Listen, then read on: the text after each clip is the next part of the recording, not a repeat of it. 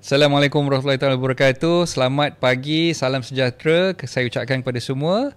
Selamat kembali bersama podcast Hartanah dan Anda. Kita dah berehat agak lama, beberapa bulan sebelum ini. Kalau tak silap saya, episod yang terakhir kita bersembang berkaitan dengan tenaga kerja.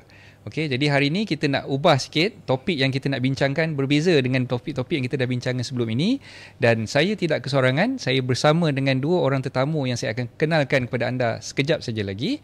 Dan Hartanah dan Anda adalah merupakan podcast yang berkonsepkan ataupun yang membincangkan topik-topik berkaitan dengan hartanah dan juga isu-isu semasa berkaitan dengan hartanah. Okey, saya Isaac Ismail adalah hos anda dan saya merupakan seorang peguam hartanah dan kini beramal di Tetuan Salihin Isaac, firma guaman saya sendiri yang terletak di Bandar Tun Seri Onceras. Jadi pagi ni apa yang kita akan bincangkan adalah satu topik yang agak menarik, iaitu berkaitan dengan tenaga hijau. Apa yang dimaksudkan dengan tenaga hijau? Saya rasa tuan-tuan perempuan boleh Google aja. Banyak sebenarnya perkara-perkara yang kita bincangkan tentang tenaga hijau di luar sana. Terutamanya berkaitan dengan penggunaan tenaga solar dan juga penggunaan EV car ataupun kereta elektrik. Okey, jadi dua perkara ni yang kita akan bincangkan pada hari ini. Dan untuk mengupas topik tersebut, saya ada dua tetamu undangan yang bersama-sama dengan saya pada hari ini, iaitu yang di sebelah kanan saya kenalkan Mr. Karuna, ataupun nama penuhnya Karuna Niti. So Mr. Karuna, apa khabar? Baik. Okey, di sebelah Mr. Karuna tu kita ada Mr. Tan Kian Lim, ataupun kita panggil dia Mr. Tan lah, lebih mesra dipanggil Mr. Tan.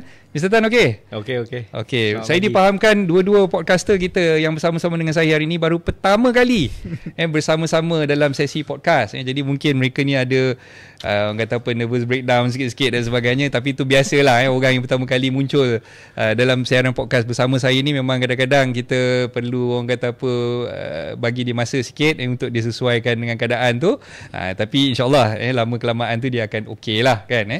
So awal-awal tadi saya dah beritahu dengan mereka, relax je, benda ni santai je, tak ada apa-apa yang kita nak risaukan, yang kita just bersembang-sembang untuk berkongsi maklumat dan juga informasi kepada tuan-tuan puan semualah. Okey, Mr. Karuna, Tenaga Solar Jaya Maju Sdn Bhd, dah berapa tahun dah sebenarnya ada dalam industri? Okey, thank you Encik Isaac. Okey, selamat pagi kepada semua penonton. Okey, so saya Karuna Niti, anak lelaki dari Kanu. So saya ialah owner of company. So Tenaga Solar Jaya Maju lebih kurang 5 tahun. Okey, lebih kurang 5 tahun dalam market, dalam industri solar di sini. Tapi pengalaman personal saya lebih daripada 13 tahun. So since 2011 saya dah bekerja di bidang solar. So dari situ startlah solar ni, pasal saya rasa solar ni actually banyak membantu, banyak mengurangkan beban kepada ramai orang. So example-nya dari segi bil lah. So bila saya mula mencebur dalam bidang ni, so saya nampak kebanyakan customer saya yang pasang solar ni, diorang semua happy. Setiap bulan mesej saya, wah Karuna, I punya bil sudah kurang banyak, kurang banyak.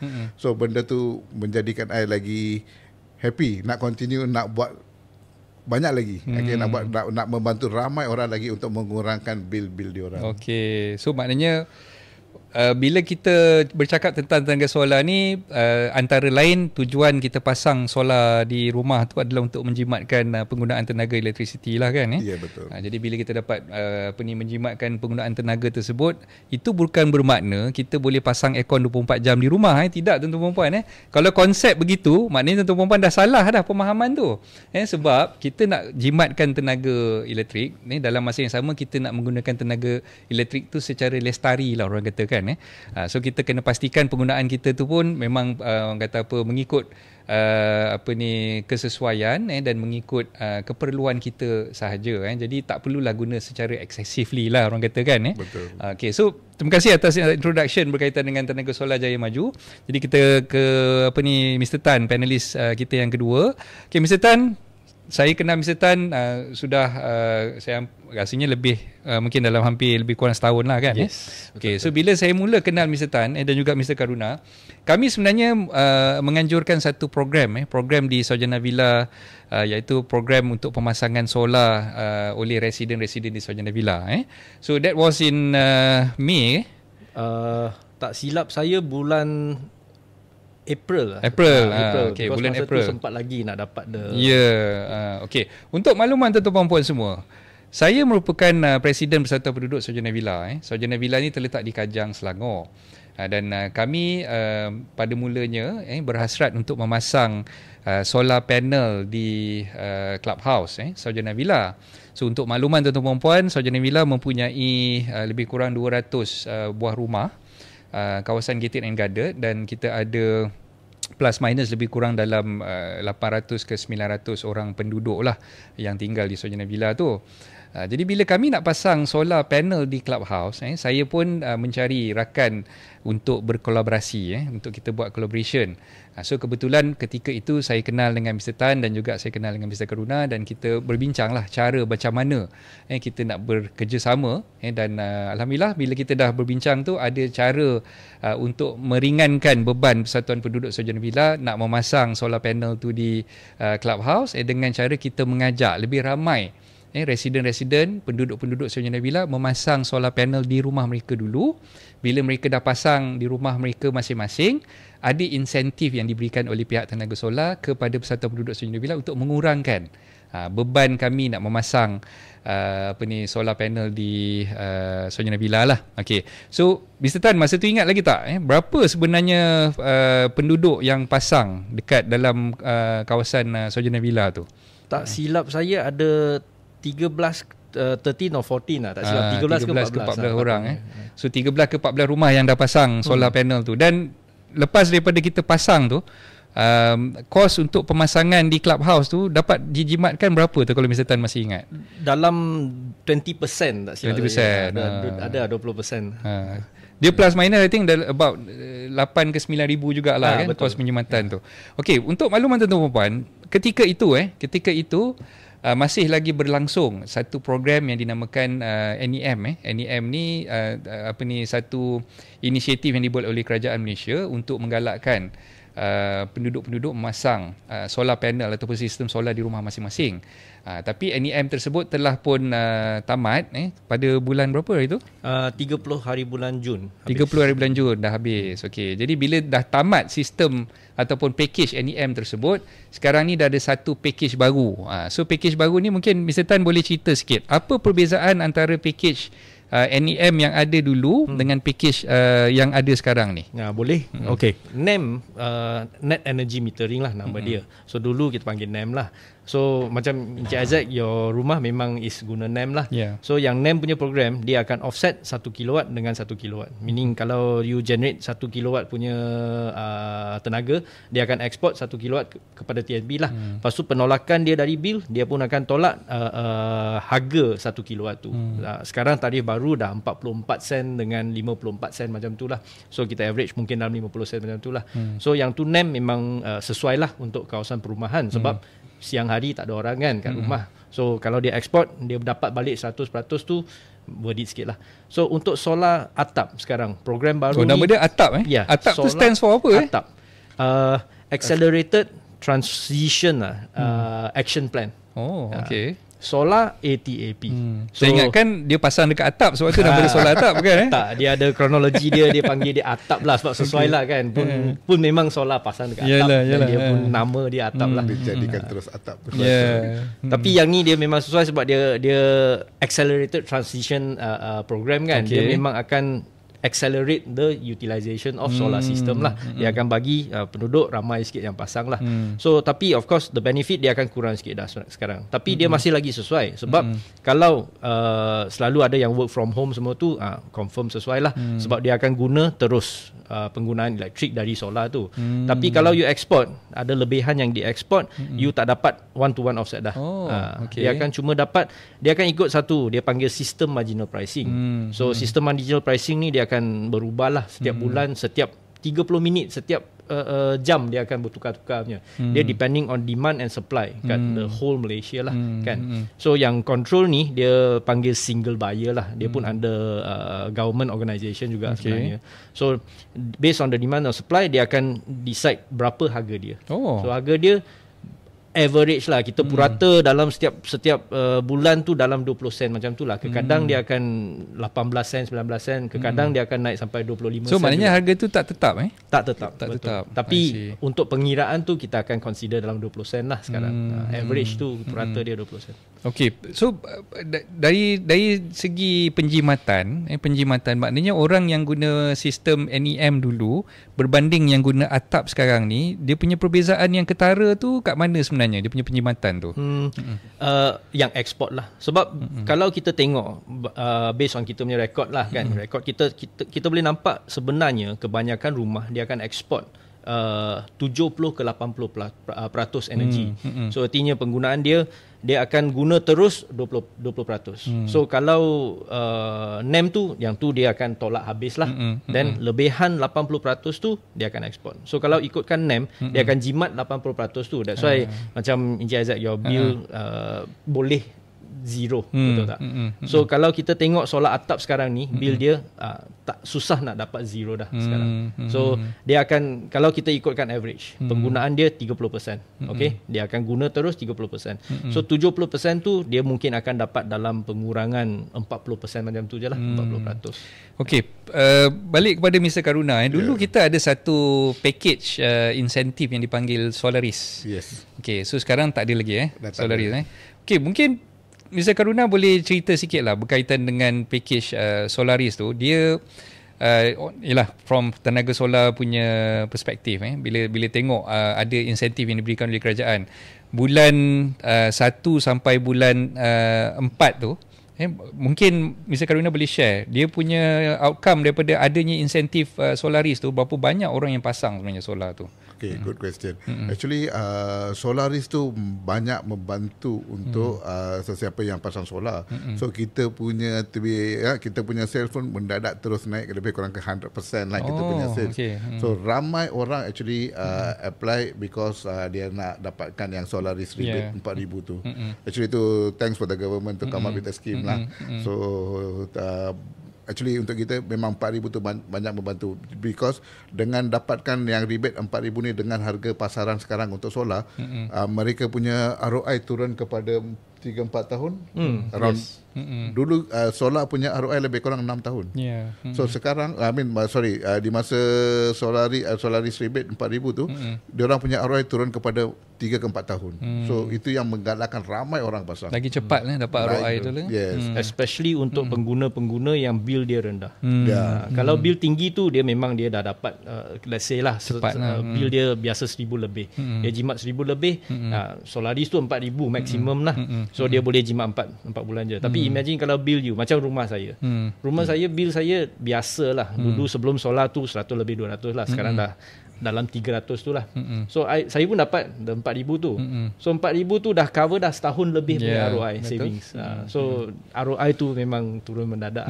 So untuk makluman penonton-penonton semua, saya pasang solar di rumah saya pada bulan Mei tahun ni. Dan ketika itu saya masih sempat lagi untuk mendapat rebate ataupun insentif Solaris tersebut daripada pihak kerajaan lah. Dan terima kasih kepada Tenaga Solar kerana memastikan bahawa saya punya insentif untuk dapatkan Solaris tu tercapai, sebab saya risau juga ketika tu memang dah almost hujung-hujung masa tu bulan 5 sepatutnya Solaris punya rebate tu dia habis bulan 4. Bulan 4. Tapi masa tu sempat lagi lah sebab saya apply, saya nak masukkan package tu pada bulan 4 dan kelulusan tu dah diperolehi sebelum expiry pada hujung bulan 4 tu lah. Jadi bukan mudah sebenarnya, kita nak queue, nak tunggu kita punya turn dan sebagainya, memang agak memakan masa yang agak panjang juga. So plus minus mungkin dalam sebulan jugalah kita tunggu untuk proses daripada mula apply tu sampailah kita dapat kelulusan dan pemasangan tu dibuat lah. Dan kalau tak kerana bantuan daripada Mr. Tan dan juga Mr. Karuna ni, saya rasa mungkin ramai di kalangan warga penduduk Sarjana Villa tu yang terlepas untuk dapatkan rebate Solaris yang 4,000 tu lah. Tapi Itulah bila kita cerita pasal rebate ni, unfortunately sekarang dah tak ada lagi. Tak ada. Jadi mungkin itu yang akan menyebabkan ramai orang yang nak pasang solar dulu nak cuba dapatkan rebate insentif solaris ni tadi, mereka dah rasa macam alamak dah tak berbaloi pula nak pasang solar system ni disebabkan tak ada lagi rebate 4,000 tu.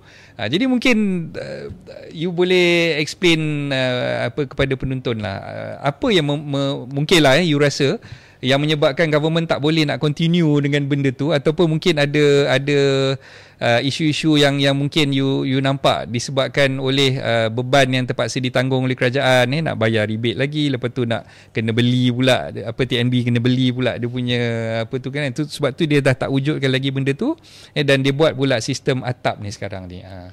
Okay, itu very subjective punya question, because to be very honest, kami bukan kita lah, kebanyakan player industri pun tak dapat dia punya answer lagi. So tapi of course dari segi Solaris tu, actually Solaris punya rebate tu datang daripada, kalau you tengok dekat you punya bill ada satu dana di collect di mana KWTBBB, Kumpulan Wang Tenaga Baru Boleh, 1.6%. Okay, so itu dana tu diorang mungkin guna daripada sana. I see. Okay, so dana tu dah cukup, dah tak boleh nak mengkontinukan lagi untuk Solaris rebate. So tapi dari segi NEM, okay, kalau tengok NEM, so kebanyakan orang NEM, yes NEM, tapi NEM ni ialah NEM 3.0. So bila kita mula solar di Malaysia, bila kerajaan announce nak buat solar apa ni semua, first dia panggil dia punya scheme ialah feed-in tarif. Sebelum NEM tu feed-in tarif. Sebelum NEM. Okay, so yang ni pada 2011 2012 dulu dia panggil feed-in tarif. Feed-in tarif di mana you boleh pasang solar di rumah, di bumbung you, tapi you tak boleh guna tenaga daripada solar tu. So you kena jual tenaga 100% tu, jual. 100% jual kepada TNB. TNB akan beli balik dengan harga RM1.50, RM1.70. Saya punya customer paling tinggi RM1.70 untuk satu unit. So example dulu, I ada customer yang di mana dia pasang 3 kilowatt, bulan-bulan dia boleh menjana lebih kurang RM700 lebih. Okay. So I ada customer di mana dia pasang lebih kurang 12 kilowatt, dia boleh menjana RM2,000 lebih tiap-tiap bulan selama 21 tahun. Okay. So maknanya yang continue daripada feed-in tarif tu sampai sekarang ni masih lagi continue Masih continue. Pasal kita memang dah ada agreement, dah contract all these things. So kerajaan akan fulfill lah, TNB akan fulfill untuk berapa lama dia punya kontrak tu. So customer yang pasang feed-in, FIT dulu kita panggil feed-in tarif lah. So FIT ni dia sign pada 2011. So selepas 21 tahun baru dia akan expire. So 2011 maknanya 2032. Lama lagi tu. Yes. So tapi yes, time itu harga pemasangan solar I think 4 kali ganda mahal daripada sekarang lah. Okay. So yang itu. So scheme tu dia lalu sampai 2015. Okay, then lepas tu macam saya cakap tadi, so di mana macam mana TNB beli tenaga tu ialah daripada dana yang dia collect tu, Kumpulan Wang Tenaga Baru Boleh. I see. Dulu dia first start dengan 1%, lepas tu dia jadi 1.6%. So itu dia panggil macam you pakai banyak tenaga yang you belikan daripada pembakaran coal plant, power plant kan. So you kena bayar penalty. Polluter pay concept. So tu yang dia collect 1.6% tu. Okay, so itu. So then bila dah sampai pada tahun 2015, actually SEDA, ST, TNB semualah dia orang dah bincang-bincang. Dia cakap okay dah cukup, tak boleh bagi lagi kelulusan.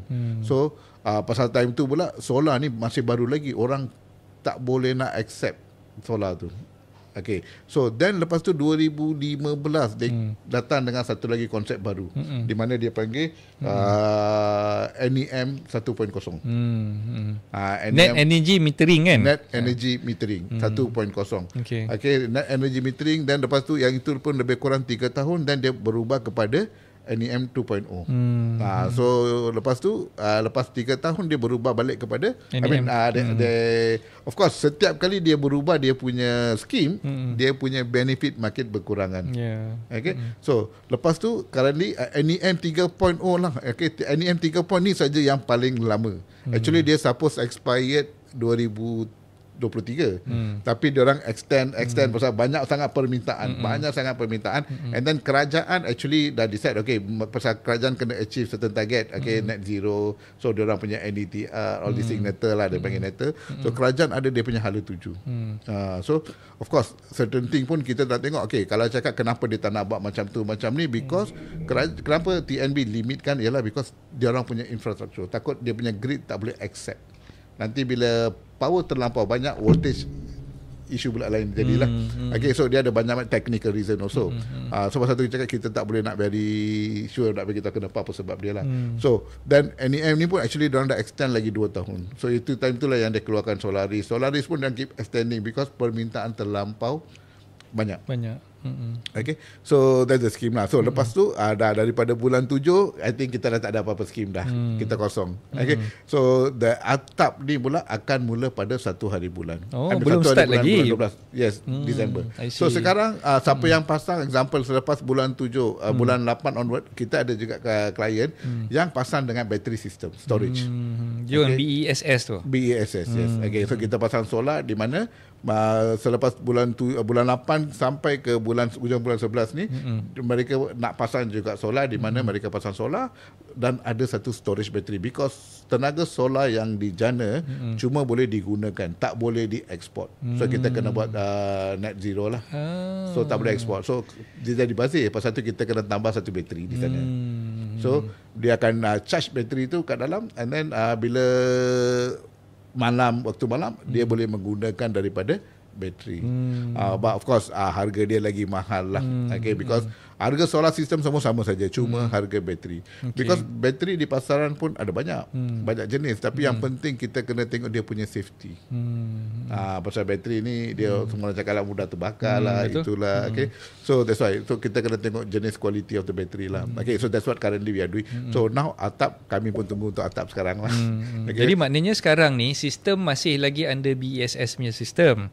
Package atap tu belum bermula, 1 Disember nanti baru start kan. Betul. So kalau misalnya kata orang nak apply untuk atap tu, dia kena tunggu 1 Disember nanti ke, ataupun dia dah boleh apply sekarang? Okay, application cuma boleh masuk selepas 1 hari bulan Disember. I see. Tapi boleh kita nak receive siapa-siapa, kita ada customer yang dah mula submit dekat kita dokumen dan kita simpan.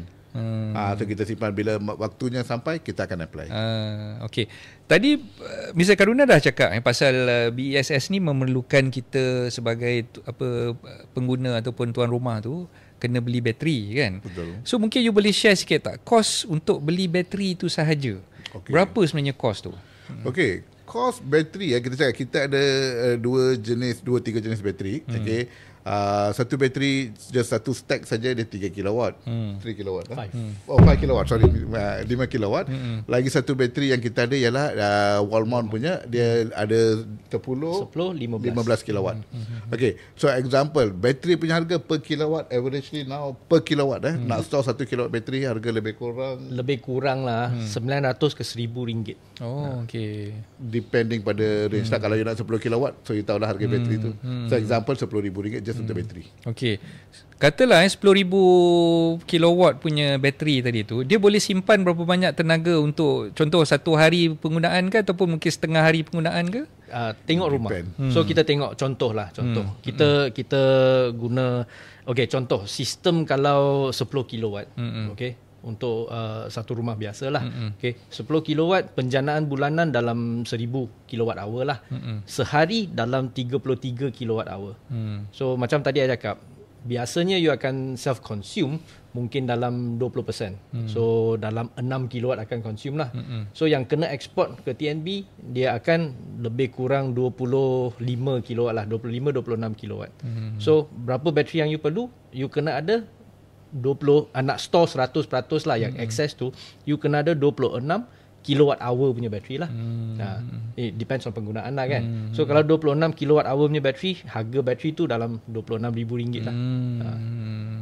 So macam sekarang bila masih lagi menggunakan sistem BESS tu pakai bateri kan, selepas munculnya atap 1 Disember nanti, mereka yang dah pasang bateri kat rumah ni, dia masih lagi boleh subscribe dengan atap punya package ni. Untuk kita pun, kita for our customer, kita memang dah include dah. Kita akan lepas atap keluar, kita akan tolong you untuk register untuk solar atap juga. Sebab the limitation, kita cakap pasal limitation battery lah kan. Ada satu kekurangan bateri. Sebab contoh, kalau you hari-hari ada kat rumah, lepas tu you guna, so dia akan habis lah. Lepas tu siang hari charge balik. Habis guna, dia kosong, lepas tu charge balik. Tapi kalau let's say you pergi overseas, pergi untuk 3 hari, pergi seminggu. So after dia dah fully charge, apa akan jadi dengan generation? Dah tak boleh guna untuk mana-mana dah. Dia akan burn. Betul tak? So kalau ada atap, at least you boleh export lagi to TNB lah. You tak dapat full savings pun tak apa. You at least dapat sikit-sikit lah, 20 sen dalam 40-50% macam tu lah return. Okay, sorry Cik Zack. Yang ni salah satu, just nak bagi tengok untuk you. So yang ni sistem yang dengan bateri. So ini live system di mana you boleh nampak sekarang customer ni pasang dengan bateri. So 100% solar power yang generate dia menggunakan, yang terlebihnya dia pergi ke bateri. So kalau tak cukup, bateri akan terus hantar. So that means penggunaan daripada tenaga TNB akan zero sekarang untuk customer ni. I see. Okay. So dia ada sistem lah. Okay, maknanya contoh macam sekarang ni lah, saya di bawah package NEM 3.0. Saya daftar pada bulan April 2025. So yang baru ni yang maknanya yang terkini sekarang ni BESS punya sistem. So kena ada bateri. Diorang kena pasang bateri kat rumah. So bulan Disember 1 bulan nanti baru start atap punya package. So siapa yang dah pasang NEM 3.0 macam saya, kalau katalah saya nak beli bateri, dan nak pasang bateri dalam sistem saya, adakah boleh benda tu? Yang ni kita tak tahu lagi. Sebab announcement full guideline untuk solar atap dia belum keluar lagi. 1 hari bulan Disember baru dia akan keluar. Okay, just untuk to interrupt this lah. Okay, actually boleh, tapi dari segi cost dia macam akan lebih, because sistem NEM yang kita pasangkan macam dekat rumah Encik Isaac ataupun dekat semua klien-klien kita yang pasang NEM 3.0 ke NEM 1, kita pakai string inverter. String inverter kita tak boleh nak tap kepada bateri directly. So you kena ada additional device lagi. Okay. So untuk setengah customer, macam example for atap ni pun kita akan tanya dengan klien. Dia kena dia kena decide sama ada kita boleh, okay, of course kita harga dari segi harga jugalah. So dari segi kalau you nak pasang bateri in future tak? Kalau you nak pasang bateri in future, dan kita kena pasangkan terus untuk diorang the hybrid battery, hybrid inverter sekarang juga. When kita pasang lah, so supaya dia tak akan ada double cost nanti dekat inverter. Future ready lah. Yes, future ready. So tapi kalau klien ni cakap, oh tak, saya punya penggunaan hari-hari dari pagi sampai petang, pagi sampai petang, banyak kegunaan di rumah. Anak saya lah, itulah malam kegunaan kita kurang, dan kita akan galakkan mereka pergi tanpa bateri. Tapi kalau cakap lah, dia cakap, oh kita example yang couple, okay, yang couple yang dah berkahwin ataupun ada anak yang pergi sekolah balik, semua tu waktu tengah hari tak ada banyak kegunaan di rumah. Okay, cuma semua lepas balik kerja baru semua orang pukul 7 pukul 8 baru diorang switch on aircon, TV, benda-benda macam ni lah kan. So dia punya penggunaan elektrik akan naik. So klien-klien macam ni kita akan suggest diorang untuk pasang bateri. So dia punya ni lagi bagus lah.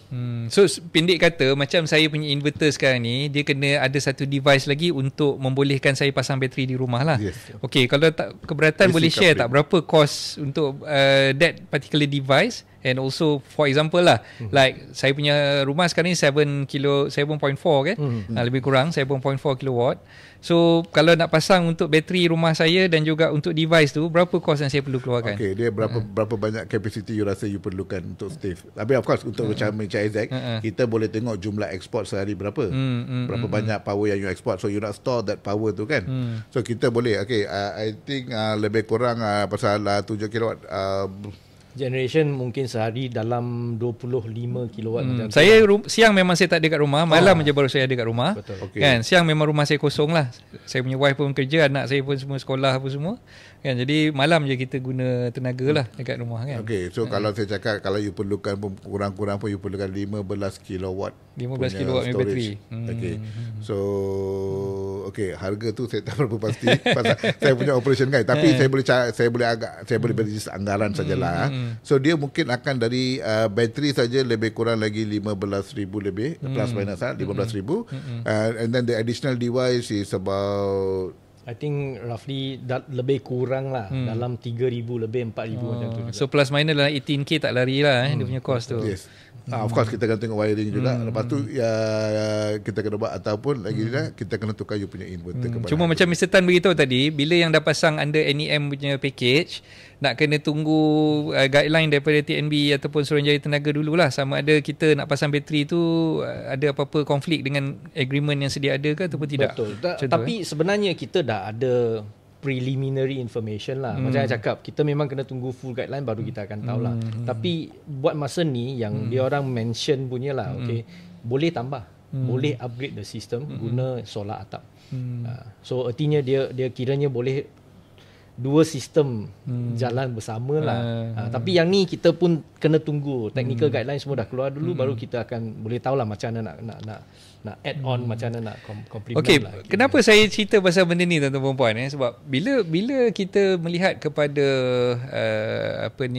kelangsungan tarif yang dibuat oleh Tenaga Nasional dan juga oleh pihak Suruhanjaya Tenaga, kita tengok sekarang ni pun rata-rata banyak orang yang memperkatakanlah tentang tarif kenaikan tarif untuk penggunaan tenaga elektrik di rumah, dan banyak juga yang menyatakan kerisauan mereka lah bila mengenangkan harga bahan api untuk menjana what we call pencawang-pencawang elektrik yang ada dan sebagainya tu mungkin agak tinggi sekarang ni. Jadi kebarangkalian untuk pihak Tenaga Nasional meningkatkan ataupun menaikkan tarif tu akan berlaku dalam masa-masa yang akan datang ni jugalah kan. Sebab tu kita perlu get ready lah untuk perkara-perkara tersebut. Sebab tu kadang-kadang bila kita fikir, bila dah ada kita punya own battery system, bila dah ada kita punya own solar system di rumah, setidak-tidaknya kita dah bersedia lah untuk sebarang kenaikan yang bakal berlaku tu. Dan ini saya cerita berdasarkan pengalaman saya sendiri. Bila saya dah pasang tenaga solar sistem tu di rumah saya, penjimatannya memang sangat-sangat ketara, dan ada yang kadang-kadang bil elektrik saya kosong. Memang saya tengok memang tak kena bayar apa-apa, sebab apa yang saya generate daripada solar tu, penggunaan di rumah saya tu biasanya dulu bil saya dalam RM400 sebulan lah. Jadi bila dah pasang solar tu, ada yang RM30, ada yang kosong, dan bergantunglah pada penggunaan bila anak saya balik daripada asrama dan sebagainya, mungkin tinggi sikit lah. Tapi tinggi-tinggi pun tak sampai RM100. Jadi itu yang penjimatan yang kita dah dapat bila kita pasang solar tu lah. Okey, mungkin Mr. Tan boleh cerita sikit package yang ada sekarang ni lah untuk atap. Kita boleh estimate lah, walaupun benda tu akan berjalan bulan depan, bulan Disember.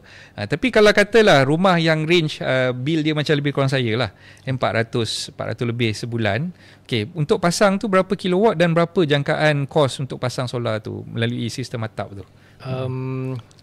Bil dalam anggaran RM400 tu, penggunaan dia akan lebih kurang dalam 800 kilowatt lah. So macam sistem Encik 7.4 kan, boleh ikutlah dalam 7 ke 8 kilowatt sistem. Okay. So lepas tu kita akan recommendkan size untuk 70% lah. 70% storage capacity. Sebab biasanya macam saya cakap tadi, the 30% dia self consume kan. So kalau I ambil 8 darab dengan 3.3, capacity battery pula dia akan dalam 18 kilowatt lah yang perlu lah. So 15 atau 20 kilowatt punya bateri lah. So kalau kita ambil 20 kilowatt punya bateri, solar system saja dalam lingkungan dalam 25-26 ribu lah. Okay. Average lah, kita biasa kena study dulu lah. Okay. Lepas tu kalau ambil bateri, dia akan mungkin dalam lingkungan 20 ribu. So total cost akan naik sampai lebih kurang 5,000 macam tu lah, average lah. Kalau yang ni kiranya kalau you ambil bateri lah. Kalau tak ada bateri, of course battery price tu 20,000 tu tak payah lah. Okay, so dari segi cost untuk pemasangan solar saja tanpa bateri, so macam yang you cakap tadi tu lebih kurang dalam 20 lebih jugalah, 20 lebih ribu lah. So kalau ikutkan masih lagi tak jauh sangat beza dengan NEM punya package yang saya pernah masuk dulu. So seingat saya dulu, rumah saya pun lebih kurang dalam 20,000 lebih juga yang saya ambil untuk package 7.4 kilowatt. Dan macam sekarang ni bila dah ada sistem ataupun package atap ni, kita boleh pilih lah sama ada nak ambil tanpa bateri ataupun ambil dengan bateri. Tapi bagi saya, kalau tuan-tuan perempuan ada kemampuan boleh ambil sekali dengan bateri, which is lagi bagus lah. Tapi sebenarnya ni nak tanya balik pada Mr. Karuna lah. Kalau dari segi kos bateri, kita tahu dulu masa mula-mula kita pakai handphone handphone awal-awal keluar dulu, even Nokia 3310 pun masa tu harga dia mungkin 900. Masa saya pakai dulu pun mungkin harganya lebih kurang dalam 900 ke 800 ringgit lah, macam tu kan. So itu handphone yang memang tak boleh buat apa-apa, hanya boleh SMS saja kan. So sekarang ni dah ada smartphone, ada iPhone, ada macam-macam lah kan. So iPhone pun sekarang ni mungkin harga dia dalam 4,000, 3,000 lebih. Tapi kita tengoklah keperluan dan tengok jenis apa yang kita nak guna kan. Jadi macam bateri ni pula, setahu saya lah kan, dia ada banyak-banyak jenis. Macam tadi you cakap pun ada macam-macam provider yang kita dapat daripada ni kan. Okay, so dari segi bateri punya harga ni, awal-awal keluar memang biasanya mahal lah kan. Memang mahal. Jadi kalau katalah kita nak pasang tu sekarang, mungkin bagi saya agak kurang berbaloi lah kot. Okay, actually harga, kita cakap dia berbaloi. Okay, to be this one lah. Okay, harga bateri 5 kilowatt, harga bateri 5 kilowatt pada tahun 2015-2016. Just 5 kilowatt punya bateri, harga dia lebih kurang dekat 30,000. Oh. Okay, yang bagus punya bateri lah. Okay, 30,000. Time tu I try nak pasang, tapi tak sesuai. Okay, tapi ada satu sistem kita pasang memang penuh dengan bateri everything, but of course yang itu dia ada special kegunaan dia lah. So kita ada pasang. So time tu harga dia 5 kilowatt punya bateri lebih kurang dekat 30,000. Ni 2016 time tu. Okay, memang mahal. Okay, tapi sekarang kalau kita nak compare harga the same 5 kilowatt dengan a good battery juga, lebih kurang 4,000 plus 5,000 saja harga 5 kilowatt bateri. So nampak dia punya perbezaan tu banyak dah berbeza dah sekarang. Banyak kurang. Tapi kenapa kita cakap bateri sekarang ni bukan cakap dia mahal, dia bukan mahal. Dia cuma tak worth it untuk return of investment. Pasal tarif kita. Kita punya tarif disebabkan ada AFA lah, energy rate lah, charge capacity. So bila kita pasang bateri, kita punya pulangan dia akan lambatkan. So pasal tu kita cakap dia bukan cakap mahal, dia tak berapa worth it unless you really need. Tapi sekarang untuk I lah, kalau dari segi atap ni lah, personal my view lah, kalau you tak nak invest on the battery, so dengan atap ni you cuma still boleh pergi dengan battery, install the solar system tanpa battery. Okay, because TNB will act as your storage. TNB akan jadi bateri kepada simpan kat grid lah kan. Yes. So you simpan dekat grid. So you simpan sana cuma 20 sen saja. So, I mean example the SMP rate kan, bila you pulangkan, dia pulang you dah ada export, dia nak kontra balik dengan 20 sen tu, I think it's still good move lah. So yes, of course teknologi berubah. So kita harap selepas 10 tahun yang akan datang, harga bateri mungkin akan kurang lagi, macam jadi harga solar panel. Harga solar panel I think dah turun lebih kurang dekat 100% daripada start I beli dulu. Lagi dah memang jauh lebih murah berbanding ni lah, affordable lah kan. Yes. Untuk mereka yang baru nak pasang dan sebagainya.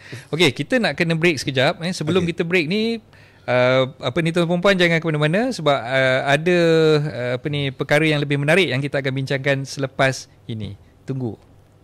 Okay. Thank you. Okey, kita kembali bersiaran bersama podcast Hartanah dan Anda. Saya Aizat Ismail, host anda, yang sekali lagi kita bersama dengan Mr. Karuna dan juga Mr. Tan. Tadi kita dah bercakap panjang lebar berkaitan dengan penggunaan tenaga solar dan pakej-pakej yang ditawarkan yang bakal diperkenalkan oleh TNB tak lama lagi adalah sistem ataupun pakej atap menggantikan NEM 3.0 lah. Dan kita pun dah dengar berkaitan dengan penggunaan bateri dan bila kita cerita tentang tenaga hijau ni ataupun penggunaan tenaga solar ni, kita tak dapat lari daripada menceritakan berkaitan dengan EV car ataupun kenderaan berkuasa elektrik. Okay, so bila cerita pasal EV car ni, sekarang ni dah jadi satu trend lah, di mana rakyat Malaysia dia dah mula melihat penggunaan tenaga elektrik untuk kenderaan mereka masing-masing, terutamanya kereta lah, dah jadi satu hype lah orang kata, satu trend. Ramai orang yang nak membeli kenderaan berkuasa elektrik, tapi dalam masa yang sama mereka memikirkan tentang kat mana mereka nak charge kereta-kereta elektrik mereka, terutamanya mereka yang tinggal di kawasan apartmen ataupun kondominium lah, yang bukan kawasan landed, yang rumah mereka tidak ada accessibility untuk charge kereta di parking lot masing-masing. Okey, dan untuk tujuan bercerita tentang penggunaan kereta EV ataupun EV vehicle ni, sebenarnya Tenaga Solar Jaya Maju telah pun merancang untuk memperkembangkan perniagaan mereka ke arah menyediakan tempat-tempat charging station ataupun EV charging kios ni, yang mana saya difahamkan baru-baru ni mereka telah pun menubuhkan satu syarikat yang baru. Jadi untuk cerita tentang benda tu, kita minta Mr. Karuna explain sikit berkaitan dengan business venture yang dibuat oleh Tenaga Solar ke arah penyediaan EV charging station tersebut. Okey, silakan. Okay, thank you Encik Zack. Okay, actually kita punya fokus dalam bisnes ialah untuk apa-apa yang berkaitan dengan NETR. So dia ada 6 prinsip dekat NETR ni lah. So salah satunya ialah renewable energy, and then nombor 2 ialah green mobility. Okay, green mobility ialah charging station. Okay, salah satunya ialah charging station lah. So okay, so untuk this kami actually dah menubuhkan satu syarikat baru di mana dia dipanggil Tenaga EV Jaya Maju Senyang Berhad. Oh, mesti ada Jaya Maju belakang. Mesti ada. Okay. So itu kami baru tubuhkan. So sekarang dalam proses penyediaan lah. Okay, so di mana nombor 1 kami sedang develop kita punya app sendiri. Okay, app kita sendiri di mana kita panggil Power Up. Okay, Power Up. So app ni mungkin akan siap dalam masa sebelum Januari ataupun start Februari. Okay, so app ni kita develop dari India lah, because kita check harga dia terlalu mahal sangat di sini. So sekarang kita appoint satu IT company daripada India sana. So untuk develop this app, so dia tengah dalam proses sekarang lah. Also sekarang kita dah dapat 2 ke 3 tempat di mana mereka bercadang membenarkan kita memasang EV charging station. So kita akan pasang 2 charging station di lokasi itu, dan kita akan membuka kepada public untuk memudahkan mereka. So bila dia siapa-siapa pembawa kereta EV ni, bila dia nak pergi ke satu destinasi, so kita make sure dia ada charging point dekat sana. Okay. Actually ramai termasuk saya sendirilah, bila saya nak beli kereta EV, saya memikirkan kat mana saya akan charge kereta saya. Dan alhamdulillah saya sendiri tinggal di rumah semi-D, rumah landed lah. Jadi kita boleh pasang kita punya charger di wall box kita ni di rumah. Tapi itulah bila kita travel terutamanya kalau contoh saya nak balik ke Johor, kampung saya kan, perjalanan plus highway tu mungkin dekat Pagoh ada, dekat Tangkak ada. So ada tempat-tempat yang kita boleh berhenti untuk kita charge lah. Tapi mereka yang mungkin tinggal di kawasan yang kurang ataupun mungkin hampir tak ada charging station di sepanjang laluan, ataupun dah sampai ke kampung tu, bila nak charge dekat rumah mak ke ataupun charge dekat hotel yang mereka tinggal dan sebagainya ke, tak ada pula charging station di situ kan. Jadi ini antara kerisauan bakal pengguna ataupun pembeli kereta EV ni. Jadi mungkin Mr. Tan boleh kupas sikit lah bila cerita tentang kata apa, kekurangan charging station ni yang membuatkan ramai orang yang nak beli kereta EV ni mereka fikir ataupun mungkin niat mereka tu mereka terpaksa tangguhkan dulu disebabkan kekurangan charging station ni. Dan bagaimana sebenarnya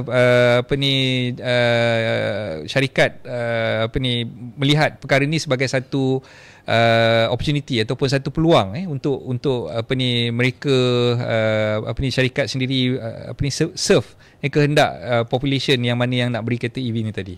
Okay, mungkin Mr. Tan boleh kupas sikit tentang benda tu. Okay, untuk EV charging ni kita selalu tengok sebenarnya ada, bukannya tak ada lah. terutamanya kalau kita tengok dekat Plus Highway utara selatan, pergi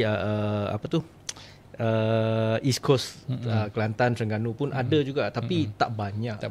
Selalu kalau tak ada orang guna, dan memang tak ada problem lah kan. Pergi je confirm ada. Tapi kalau masa perayaan semua tu, orang tak berani nak bawa kereta EV sebab dia orang fikir takut beratur kena beratur, kena tunggu.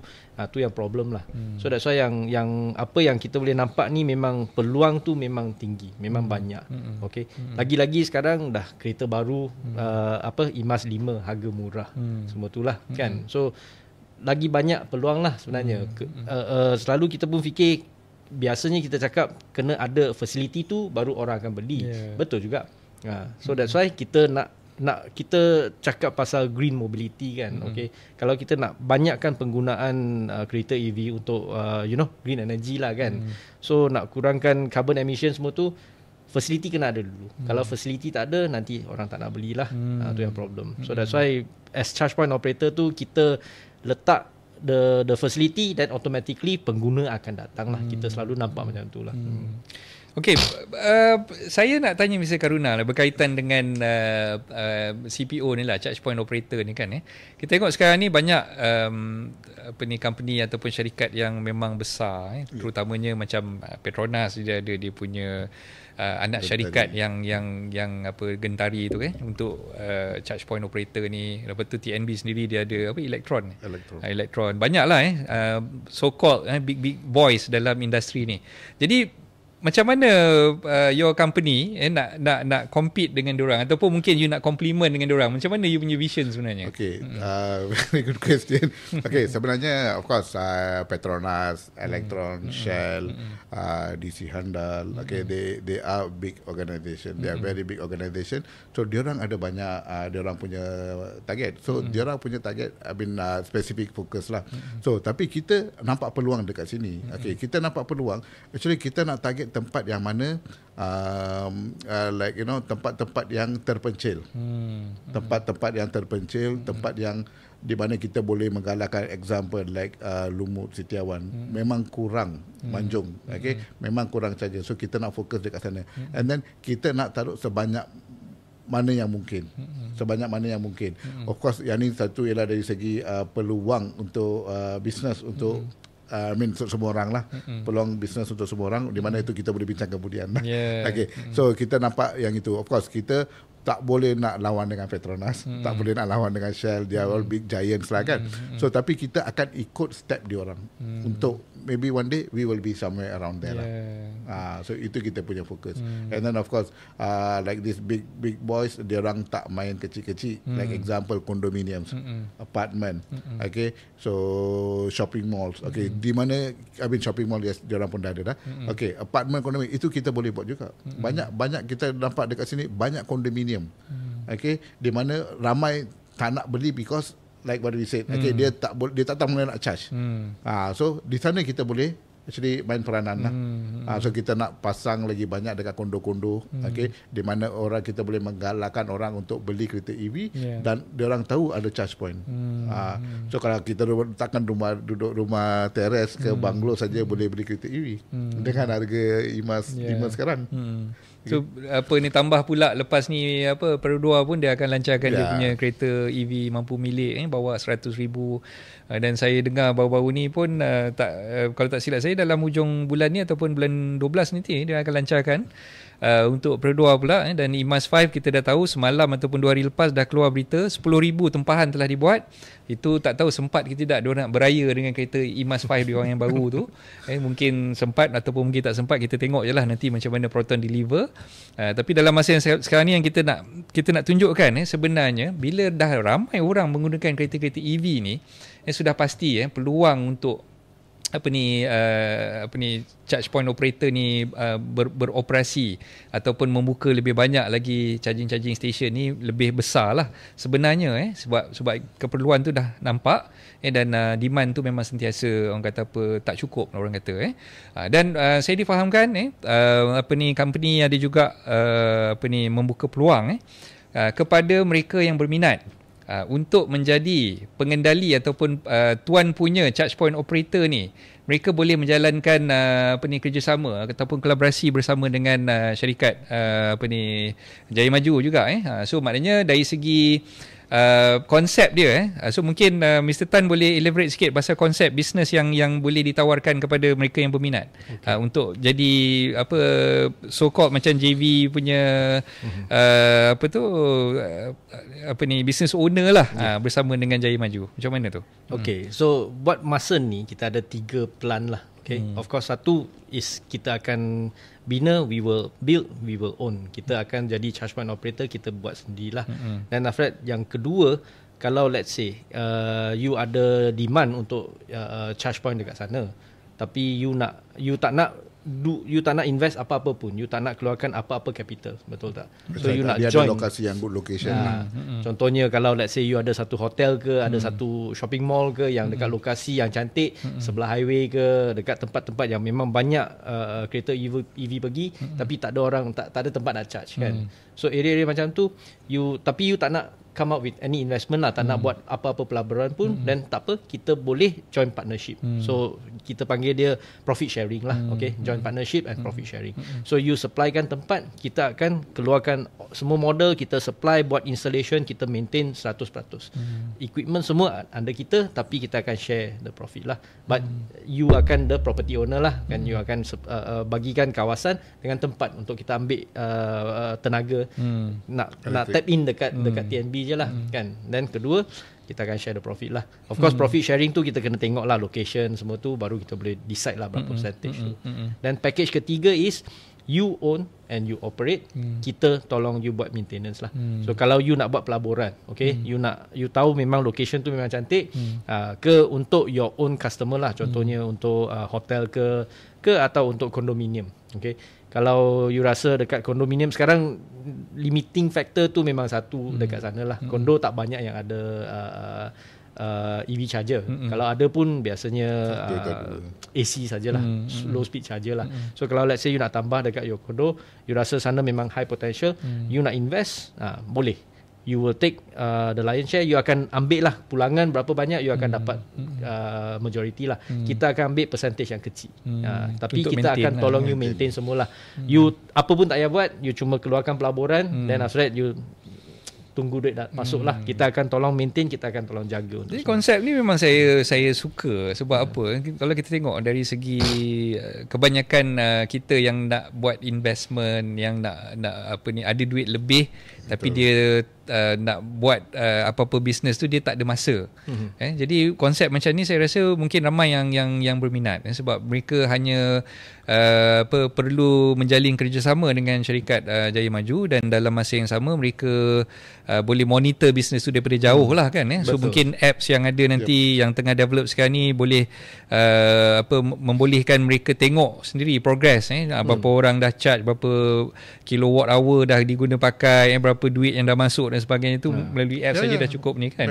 Yang ni memang purely passive income lah, sebab tak payah buat apa-apa pun. Kalau sewa rumah ke sewa bilik kena lagi cari tenant semua tu kan. Yang ni tak apa, kereta akan datang automatiknya sekarang. Kita mungkin ramai yang dah berminat ni sebenarnya yang bila dengar kita punya podcast ni. So kalau tak keberatan, Mr. Karuna mungkin boleh bagi anggaran tak berapa investment yang diperlukan untuk mereka own the charging station tu? Good question. Dia punya harga range, pasal dia mesin EV charging ni dia ada dari kita nak fokus kepada DC charging, unless dia kondominium lah, kita pergi kepada AC charging. So kita fokus banyakkan kepada DC charging. DC charging ialah fast charging. So di mana example kereta, macam I punya kereta sendiri. So I dalam masa, kalau I pergi ke charge like DC, lebih kurang paling rendah pun I perlukan 20 minit untuk charge. Kalau AC charging kita kena charge lebih kurang 4 jam. Okay, so kita fokus banyakkan kepada tu lah. So dia ada range dia daripada 30 kilowatt DC charger, 40 kilowatt, 60, 80 sampai 200 lebih kilowatt. Okay, so itu kita akan suggestkan tengok location. Kita akan tengok location dan kita akan suggest, okay, tempat ni mungkin sesuai cuma 40 kilowatt. Tempat ni sesuai mungkin 80 kilowatt. Oh, ini tempat ni very high turnaround, so kita perlukan 200 kilowatt. So kita akan suggest. So dia punya anggaran tu saya boleh cakap pun kurang-kurang pun dekat 25 just harga mesin lah. Of course kita ada lain-lain cost, di mana cost pembinaan, kabel, apa yang kita kena patuh banyak syarat dekat sini daripada ST, PBT dan sebagainya PBT kan. dan ST bomba semua. So kita ada syarat dia. Okay, so saya boleh anggarkan lah paling-paling kurang pun 20,000. Ini untuk fast charging kan. 20,000 paling rendah, it will go up to 100,000. Oh, Okay. Kalau AC charging dia rendah sikit lah. So maknanya untuk yang satu nozzle lah tu, untuk satu nozzle itu. Satu nozzle. Kalau DC dia akan jadi lebih kepada 60 kW, dia 2 nozzle. Satu mesin akan ada 2 nozzle. Oh, okey. So itu. So kita sudah pilih kita punya charging pun. So memang ada semua syarat yang ditetapkan oleh ST dan SIRIM. So kita memang dah ada dah semua tu. Okey, dari segi kelulusan pelesenan oleh ST dan sebagainya, memang Jaya Maju dah dapat dah? Yes, kita dah dapat dipanggil di mana, kita memang dah layak untuk mendapatkan, because SIRIM kita dah ada interview, SIRIM pun dah pergi ke office kita untuk berbincang sedikit. And then so kita sekarang cuma perlu import mesin tu dulu sekarang. So bila kita import, baru dia akan bagi kita. So tenaga solar Jaya sudah dapat, tenaga EV belum dapat, pasal kita kena mulakan satu, kita kena import dulu mesin tu ke Malaysia. I see, okay. So baru kita akan dapat the CPO license.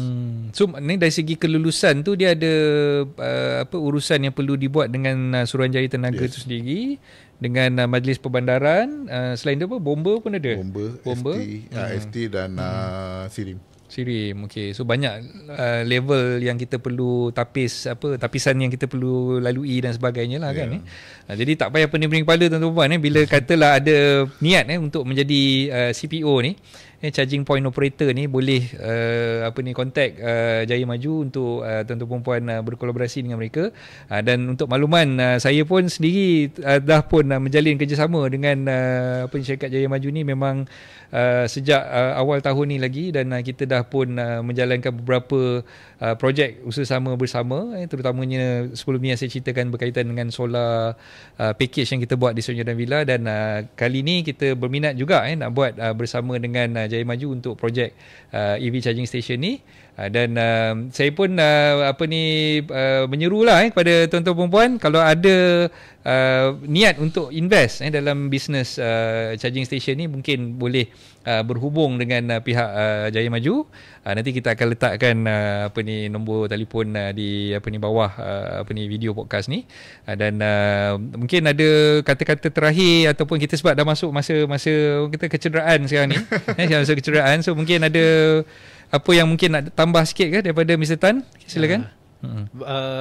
Kita cakap pasal renewable energy lah kan sebenarnya. So renewable energy ni memang bagus lah untuk semua orang. So first, of course, paling penting tu jimat cost. Even kalau cakap pasal solar, cakap pasal EV, dua-dua ni pun you boleh nampak penjimatan dia memang signifikan. Kalau kita cakap pasal petrol, kalau guna kereta petrol sebulan, kalau you pump minyak RM500, kalau tukar pergi EV, dia akan biasanya lah, setengah, separuh harga. Solar pun sama. Dia kalau pasang solar sekarang, macam dulu NEM boleh 100% lah, boleh jadi kosong bil. So solar atap pun dia akan jadi 50%, paling kurang lah kita boleh nampak lah. Kalau tak ada bateri pun boleh kurang 50%. Kalau ada bateri, boleh juga jimat 100% lah. Tapi at the end of the day, semua pun kita kena tengok yang semua ni dia bukan kita beli kita terus dapat 100% lah. Kita memang kena tengok long term.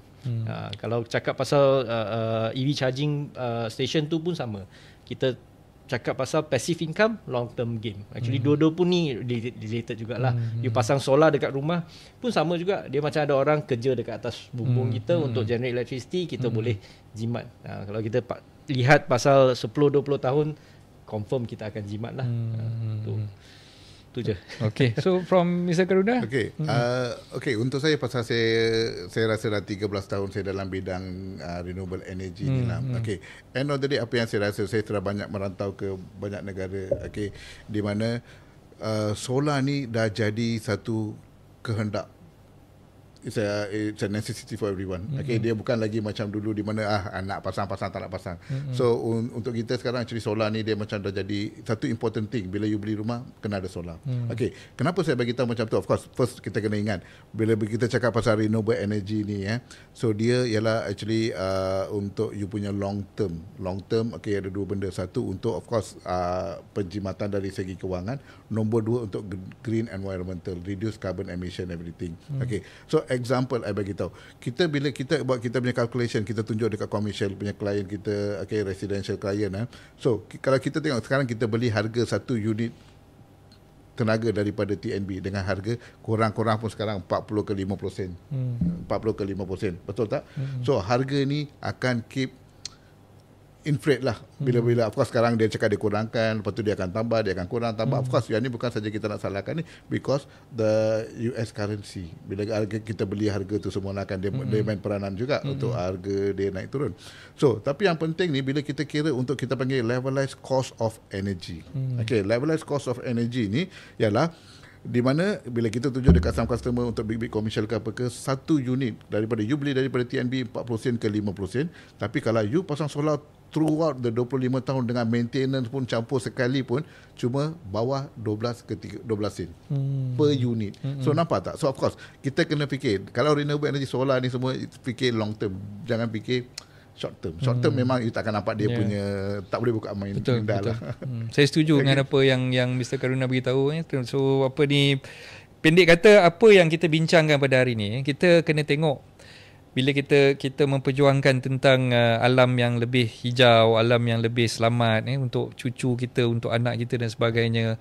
Tak boleh tidak perkara macam penggunaan tenaga solar, penggunaan tenaga elektrik, car dan sebagainya ni. So benda-benda macam ni memang inilah bukan nak kata benda ni tanggungjawab kerajaan semata-mata. Kita pun sebagai rakyat, kita pun sebagai pengguna perlu memikirkanlah tentang penggunaan tersebut, dan kalau ada kemampuan, why not? Kalau misal kata kita memang berkehendakkan nak orang kata membantu melestarikan alam ni, kenapa kita tak buat bermula daripada diri kita sendiri, di rumah kita sendiri kan. So itu antara perkara-perkara yang saya nampak lah bila saya pasang tu. Satu, tujuannya memang untuk menjimatkan penggunaan elektrisiti di rumah saya, bayar bil dan sebagainya, dan yang kedua saya pun nak menjadi sebahagian daripada orang yang membantu untuk menghijaukan alam sekitar ni lah. Okay, itu yang saya punya niat asal bila saya pasang solar panel di rumah. Dan itulah juga mungkin mission dan vision apa yang ada di bawah syarikat tenaga solar Jaya Maju tu jugalah. Okay, right, terima kasih banyak-banyak kepada Mr. Karuna, Mr. Tan atas kesudian bersama-sama dengan hartanah anda pada hari ini. Dan jangan serik lah bersama dengan kita. Mungkin lepas ni ada topik-topik lain yang lebih menarik yang kita akan bincangkan. Kalau ada rezeki nanti kita boleh panggil lagi, kita boleh sembang-sembang lagi. Okay, jadi itu saja untuk hari ini berkaitan. Just to interrupt Okay, kalau sesiapa berminat untuk solar ke apa ke, kalau diorang boleh cakap nanti suasana podcast studio, kita akan bagi special. Okay. So itu ada special promosi daripada Mr. Karuna tadi. Jadi kalau kata nak dapatkan package, anda dah tengok video ni, anda kontak nombor yang kita dah bagi dalam podcast ni, bagi tahu je anda dapat maklumat berkaitan dengan tenaga solar Jaya Maju ni daripada podcast hartanah anda. Okay, nanti company akan bagi sedikit insentif lah untuk ni lah anda yang menonton podcast ni dan maklumkan kepada tenaga solar Jaya Maju tu. Okay, alright, terima kasih banyak-banyak. Okay, nanti kita jumpa lagi dalam podcast yang akan datang. See you in the next video. Bye bye. Thank you. Bye.